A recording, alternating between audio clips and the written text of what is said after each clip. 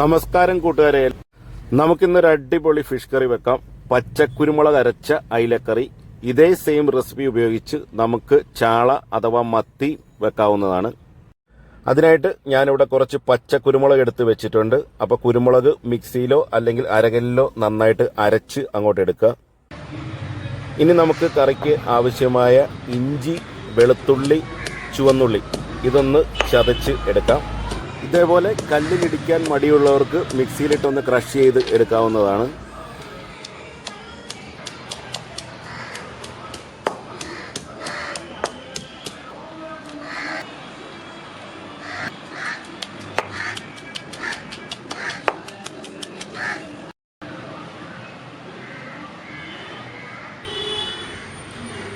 ഒരു കറിച്ചട്ടി ചൂടാക്കാൻ വെച്ചിട്ടുണ്ട്. കറിച്ചട്ടി ചൂടായി വരുമ്പോൾ നമുക്ക് ഇതിനകത്തേക്ക് വെളിച്ചെണ്ണ ഒഴിച്ചു കൊടുക്കാം. വെളിച്ചെണ്ണ ചൂടായി വരുമ്പോൾ ഇതിനകത്തേക്ക് കടുക് ഇട്ട് കൊടുക്കാം. കടുകെല്ലാം പൊട്ടിക്കഴിയുമ്പോൾ നമുക്ക് അതിനകത്തേക്ക് ഒരു 1/4 ടീസ്പൂൺ ഉലുവായും ഇട്ട് കൊടുത്ത് മൂപ്പിച്ചെടുക്കാവുന്നതാണ്.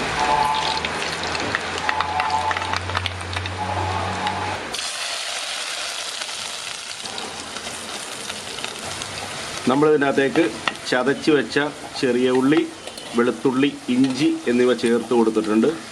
ഇതൊന്ന് പകുതി മൂത്ത് വരുമ്പോഴത്തേക്ക് നമുക്കിതിനകത്തേക്ക് അരച്ച് വെച്ചിരിക്കുന്ന പച്ച കുരുമുളക് ചേർത്ത് കൊടുക്കാം.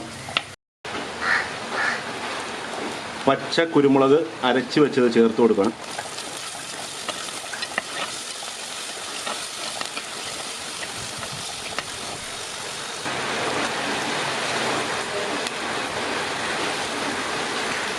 പച്ചമുളകും കറിവേപ്പിലയും ചേർത്ത് കൊടുത്തിട്ടുണ്ട്. അതും ഒന്ന് വഴറ്റിയെടുക്കാം. കുടംപുളി, കുതിർത്ത് വെച്ച കുടംപുളിയും കൂടെ ഈ എണ്ണയിൽ കിടന്നൊന്ന് വഴലട്ടെ. അതും ഒരു പ്രത്യേക ടേസ്റ്റാണ്.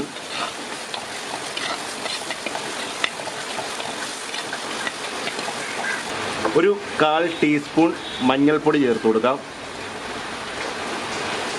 1 ടീസ്പൂൺ കുരുമുളക് പൊടി ചേർത്ത് കൊടുക്കാം.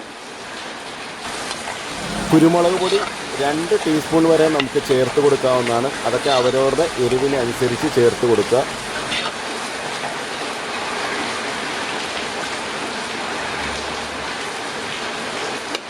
ഒരു 3/4 ടേബിൾ സ്പൂൺ മല്ലിപ്പൊടി ചേർത്ത് കൊടുത്തിട്ടുണ്ട്. ഇതിൻ്റെയൊക്കെ ഒന്ന് പച്ച മണം ഒന്ന് മാറട്ടെ. നമ്മൾ ചേർത്ത മല്ലിപ്പൊടിയുടെയൊക്കെ പച്ച മണം മാറിയിട്ടുണ്ട്. ഇനി ഇതിനകത്തേക്ക് 2 തക്കാളി ചെറുതായിട്ട് അരിഞ്ഞത് ചേർത്ത് കൊടുക്കാം.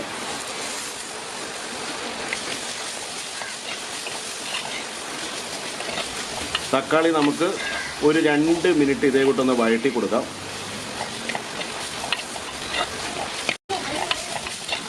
അപ്പോൾ നമുക്ക് ഫ്ലെയിം തീരെ കുറച്ച് വെക്കാം. തീരെ കുറച്ച് വെച്ച് ഒരൊറ്റ മിനിറ്റ് ഇത് മൂടി വെച്ചൊന്ന് വേവിക്കാം.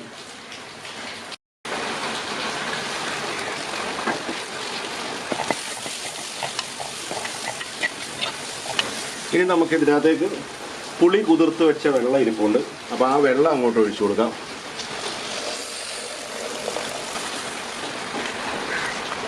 ഇതിനകത്തേക്ക് ഉപ്പിട്ട് കൊടുക്കാം. ഞാനിവിടെ കല്ലുപ്പാണ് യൂസ് ചെയ്യുന്നത്. കല്ലുപ്പൊക്കെ ഇട്ട് നന്നായിട്ടൊന്ന് ഇളക്കി യോജിപ്പിച്ചതിന് ശേഷം നമുക്ക് മൂടി വെച്ച് ഇതൊന്ന് തിളപ്പിച്ചെടുക്കാം. കറി നന്നായിട്ട് തിളച്ചിട്ടുണ്ട്. ഇനി നമുക്ക് ഇതിനകത്തേക്ക് വെട്ടിക്കഴുകി വൃത്തിയാക്കി വെച്ചിരിക്കുന്ന മീൻ ഇട്ട് കൊടുക്കാം.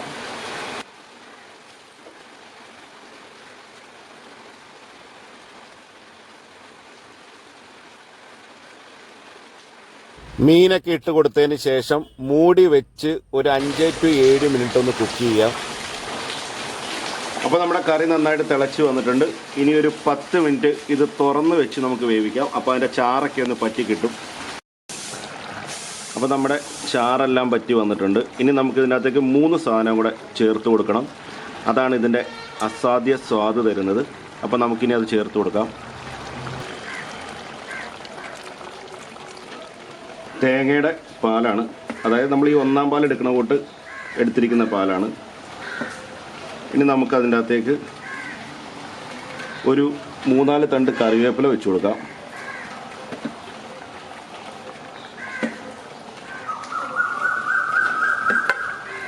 ഫ്ലെയിം നന്നേ കുറച്ചങ്ങോട്ട് വെക്കുക. ഇനി ഇതിൻ്റെ അകത്തേക്ക് കുറച്ച് വെളിച്ചെണ്ണ, പച്ച വെളിച്ചെണ്ണയും കൂടെ ഇതേ കൂട്ടി ഇട്ട് കൊടുക്കാം. ഇനി നമുക്ക് ഫ്ലെയിം ഓഫ് ചെയ്യാം. അപ്പോൾ നമ്മൾ ഫ്ലെയിമൊക്കെ ഓഫ് ചെയ്തു. ഇനി നമുക്ക് മൂടി ഉപയോഗിച്ച് മൂടി വെക്കാം. നല്ലപോലെ ചൂട് ആറിയതിന് ശേഷം മാത്രം എടുത്ത് ഉപയോഗിക്കുക. ഈ കറിയുടെ ടേസ്റ്റ് എന്ന് പറയുന്നത് 4 പച്ചയാണ്. 1 പച്ച കുരുമുളക്, അത് നമ്മൾ ആദ്യമേ ഉപയോഗിച്ചു. ഇപ്പൊ അവസാനം നമ്മൾ പച്ച തേങ്ങാപ്പാല്, പച്ച വെളിച്ചെണ്ണ, പച്ച കറിവേപ്പില, ഇത്ര ഇരുന്ന് സെറ്റാവുന്നതാണ് ഈ കറിയുടെ ടേസ്റ്റ് എന്ന് പറയുന്നത്. പച്ചക്കുരുമുളക് അരച്ച മീൻകറി ഇനി നമുക്ക് വേവിച്ച കപ്പയുടെ കൂടെ ഒരു പിടി പിടിക്കാം. അരപ്പൊക്കെ ചേർത്ത് കപ്പ പുഴുങ്ങിയതാണെന്നുണ്ടെങ്കിൽ നമുക്ക് കറക്റ്റായിട്ട് ഈ മീൻകറിയുടെ ഒരു ടേസ്റ്റ് കിട്ടത്തില്ല. അപ്പോൾ തീർച്ചയായും ഇതേപോലെ ചെണ്ട പുഴുങ്ങി കപ്പയുടെ കൂടെ സെർവ് ചെയ്യാനായിട്ട് ശ്രമിക്കുക. അപ്പോൾ എല്ലാവർക്കും നന്ദി, നമസ്കാരം. ഇനി മറ്റൊരു വീഡിയോയുമായി കണ്ടുമുട്ടാം.